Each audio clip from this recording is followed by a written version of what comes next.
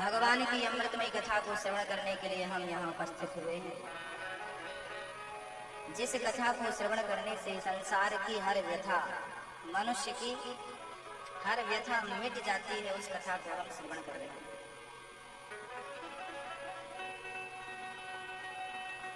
कल हम सुन रहे थे धुंधकारी जैसे पापात्मा का भी भागवत श्रवण करके उद्धार हुआ। लाल माटी के समस्त भक्त, समस्त ग्रामवासी इस कथा में सहयोग कर रहे हैं और कथा को श्रवण कर रहे हैं। समस्त भक्तों की भावनाएं, श्रद्धा और प्रेम इस कथा से जुड़ा हुआ है। आप सभी इस कथा को अपनी समझ रहे हैं, ये बहुत अच्छी बात है। ये आप सबका ही आयोजन है। ये कथा आप सबकी कथा है और इस कथा से आप सारे गांव वाले, सारे क्षेत्र वालों का कल्याण होगा, ये निश्चित है। कथा सबका कल्याण करती है। कथा मात्रैक जीवन। धुंधकारी जैसे पापी भी तर गए। सौनक जी ने प्रश्न कर दिया, गुरुदेव हमें एक बात समझ में नहीं आई। क्या? बोले मनुष्य का धर्म क्या है? सौनक जी ने 6 प्रश्न किए। गुरुदेव मनुष्य का धर्म क्या है,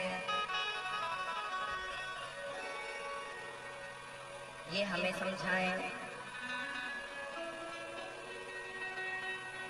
मनुष्य का धर्म क्या है, ये बात बहुत गंभीर है। ये प्रश्न बहुत समझदारी से समझना होगा। अब ये बताइए कि आप में से मनुष्य कितने लोग हैं? मनुष्य का धर्म क्या है, ये तो बाद का प्रश्न है। पहले तो ये जानकारी कर लो कि मनुष्य कौन है।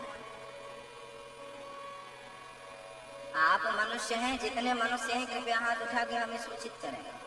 आप में से जो मनुष्य है वो हाथ उठा सकता है, क्योंकि मनुष्य के रूप में शैतान भी तो हो सकते हैं ना। भाई रावण सीता माता को चुराने किस रूप में आया था? साधु के रूप में आया था। तो क्या रावण साधु था? रावण साधु के रूप में सीता मैया को चुराने आया, साधु था नहीं, रूप बना लिया। ऐसे ही मनुष्य होता नहीं है, मनुष्य बना फिरता। अच्छा, रावण ने वरदान मांगा था, हम काहू के मरहि न मारे, बानर मनुज जाति दुई बारे। रावण ने तो वरदान मांगा था कि हम किसी के हाथों ना मरे। ब्रह्मा जी बोले भाई ये संभव नहीं है, क्योंकि मरना तो आपको और हमको भी है। तब फिर रावण ने चतुराई से कहा कि हम या तो मनुष्य के हाथ मरे या तो बंदर के हाथ मरे। किसी ने रावण से कहा तूने सस्ता वरदान मांग लिया। भाई मनुष्य से मरने का वरदान मांग लिया, इतने सारे मनुष्य हैं, कोई भी मार देगा। रावण बोला मनुष्य तो है, पर मनुष्यों में अब मैं मनुष्यता रहने ही नहीं दूंगा, तो मरूंगा कैसे? तो मनुष्य तो बहुत लोग थे, पर राम के हाथ से ही क्यों मरा था? मनुष्य तो राम जी भी थे ना। विप्रधनु सुर संतहिता लीन मनुज अवतार। मनुष्य का अवतार लिया ना राम जी। तो मनुष्य तो आप भी हैं, मनुष्य तो राम जी भी हैं, पर हम और राम में अंतर है कि नहीं? हम 0 हैं और वो 100 है, 100। तो आप मनुष्य में और उन मनुष्य में अंतर है कि नहीं? तो वही मैं क्लियर करना चाहता हूं कि आप में से मनुष्य कितने लोग हैं। क्योंकि 2 हाथ, 2 पांव, 2 आंख से कोई मनुष्य तो नहीं हो जाता। कपड़ों की दुकान में आपने देखा होगा पुतले खड़े रहते हैं, कभी कभी कंफ्यूज हो जाते हैं, कोई आदमी खड़ा, पास में जाकर देखो तो पुतला कपड़े पहन के खड़ा। तो मनुष्य जैसे ही तो पुतले भी नजर आते हैं। कपड़ों की दुकान में देखा भैया, महिला पुतला को ना साड़ी पहना के खड़ा कर देते हैं, ऐसा लगता है कोई मैडम खड़ी है, पास में जाके देखो तो वो पुतली है, स्टैचू है।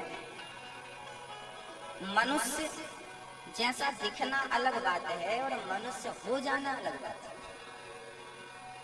तो पहले तो ये बतलाइए कि आप मनुष्य हैं। भाई 1 लीटर दूध में आधा लीटर पानी डाल दो तो दूध की मात्रा कम हो जाएगी, पानी की मात्रा अधिक हो जाएगी कि नहीं? पानी की मात्रा ज्यादा है, दूध की फिर उसकी प्योरिटी जो है वो कम हो जाएगी कि नहीं? शुद्धता कम हो जाएगी कि नहीं? सोने में आप तांबा मिला दो तो सोने में तांबा मिलेगा तो सोने की शुद्धता कम हो जाएगी कि नहीं? ऐसे ही आप मनुष्यों में बुराइयां इतनी मिल चुकी हैं कि आपकी मनुष्यता की जो शुद्धता थी वो खत्म हो चुकी है। हम मिलावट वाले मनुष्य हो गए, मिलावटी सोना, मिलावटी दूध, ऐसे मिलावटी मनुष्य। आपके अंदर भी काम, क्रोध, अहंकार, बुराइयां इतनी भर गई है कि मनुष्यता तो कम बची है, ये ज्यादा है। इसी भैया ये बच्चों को या तो बिठा ले दो या तो व्यवस्थित कर दो, थोड़ा सावधानी से सुन ले तो आप अच्छा रहेगा। सावधान होकर सुनिए मैया जी, अब आए हैं तो सुन ही लीजिए प्रसन्न चित्त से, सावधानी से। हाँ, बोलो राधे राधे।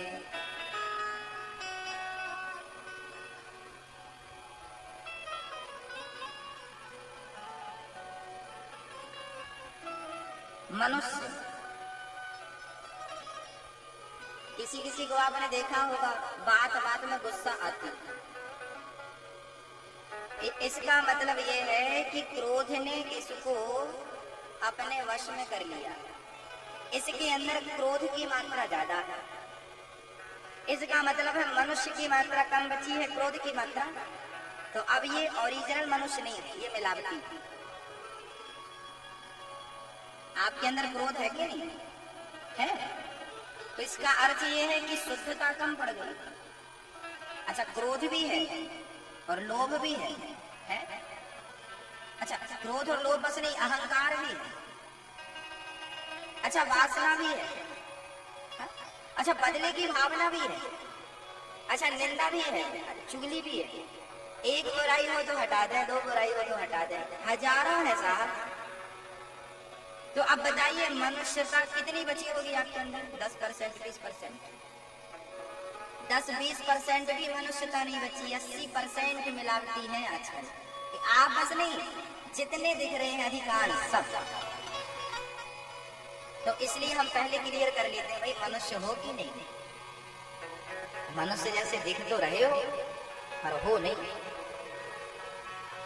गोस्वामी जी कहते हैं, बड़े भाग्य मानुष तन पावा,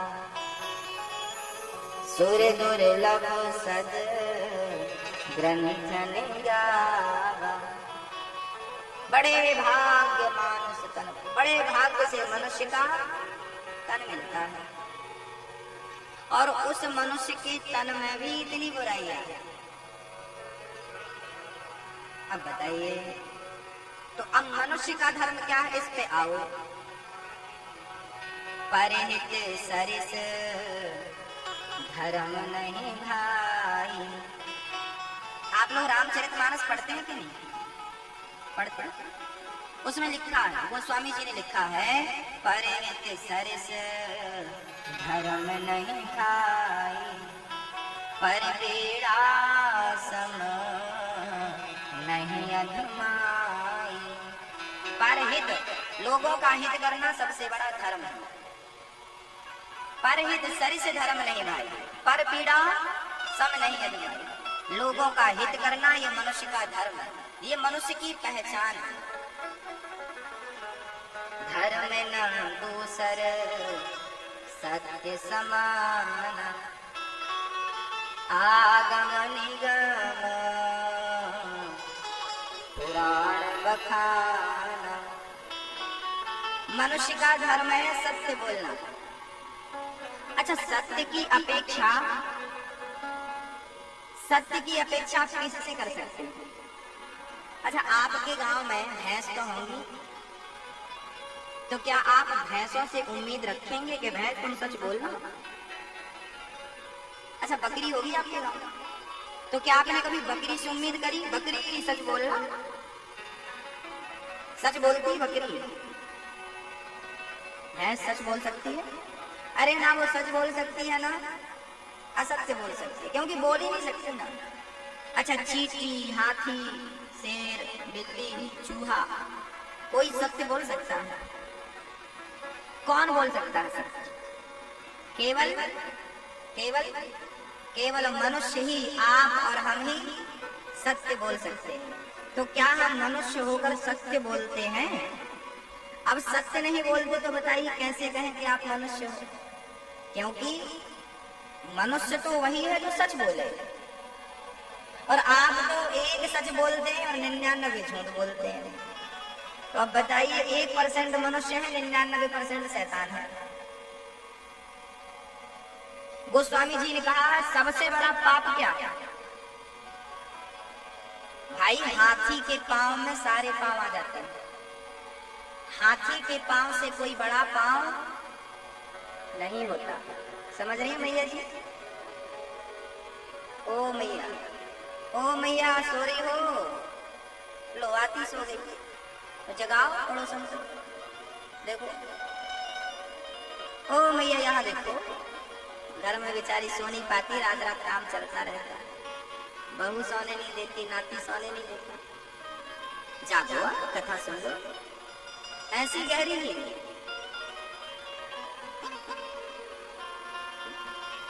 थोड़ा ध्यान दो मैया जी।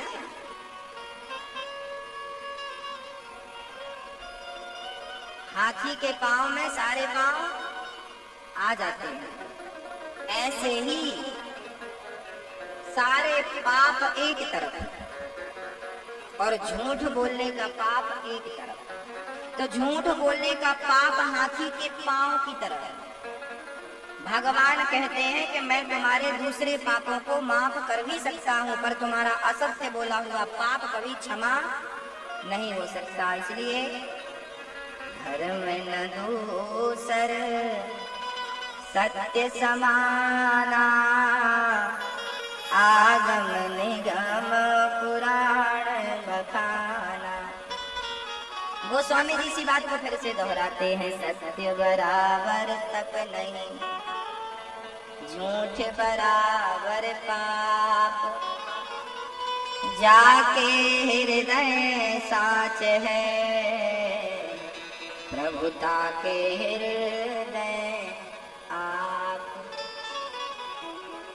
इसलिए हम कहा करते हैं सत्यम ब्रूयात् प्रियम ब्रूयात्। सत्य बोलो और मधुर बोलो, मीठा सत्य बोलो। मनुष्य का धर्म क्या है? भागवत का पहला प्रश्न है। देखिए भागवत कहाँ से शुरू होती है। आपको पहले इंसान बनाएगी, इसके बाद शुरू हो जाएगी भागवत। क्योंकि भागवत इंसानों की है, इंसानों के लिए, शैतानों के लिए तो नहीं है। अब कुत्ता बिल्ली से कहोगे तुम बैठो कथा सुनो, कैसे चलेगी? और मनुष्य होकर भी यदि उसके आचरण जानवरों जैसे हैं तो उसको कथा कैसे सुनाई पड़ेगी? वो कथा कैसे सुन पाएगा, समझ कैसे पाएगा? अच्छा, झाड़ू आप लोग लगाते हो मैया? अच्छा, झाड़ू साफ है तो घर साफ होगा, और झाड़ू ही गंदी है तो उस झाड़ू से फिर साफ सफाई होगी? जहाँ झाड़ू लगाओगी वहीं गंदा हो जाएगा। झाड़ू को नाली में डुबा दो और फिर उस गंदी झाड़ू से झाड़ू लगाओ तो साफ होगा? पहले झाड़ू को साफ, हमारी माताएं झाड़ करके ना झाड़ू को पानी से साफ कर देती है ताकि झाड़ू शुद्ध रहे। झाड़ू यदि स्वच्छ है तो घर स्वच्छ है। ऐसे ही जब आप शुद्ध होंगे तब आपका परिवार शुद्ध होगा। जब आप शुद्ध होंगे तब आपसे संसार शुद्ध होगा। आप ही अशुद्ध हैं, शुद्धि कहाँ से आएगी? इसलिए किसी संत ने गाया है, इंसान किसे कहते हैं? किसी के काम जो आए उसे इंसान कहते हैं। पराया दर्द अपनाए उसे इंसान कहते हैं। यूं भरने को तो पक्षी भी ये अपना पेट भरते हैं। सभी में बांट कर खाए उसे इंसान कहते हैं। जो सभी में बांट कर खाए वो इंसान। इसलिए हमें क्या कहना?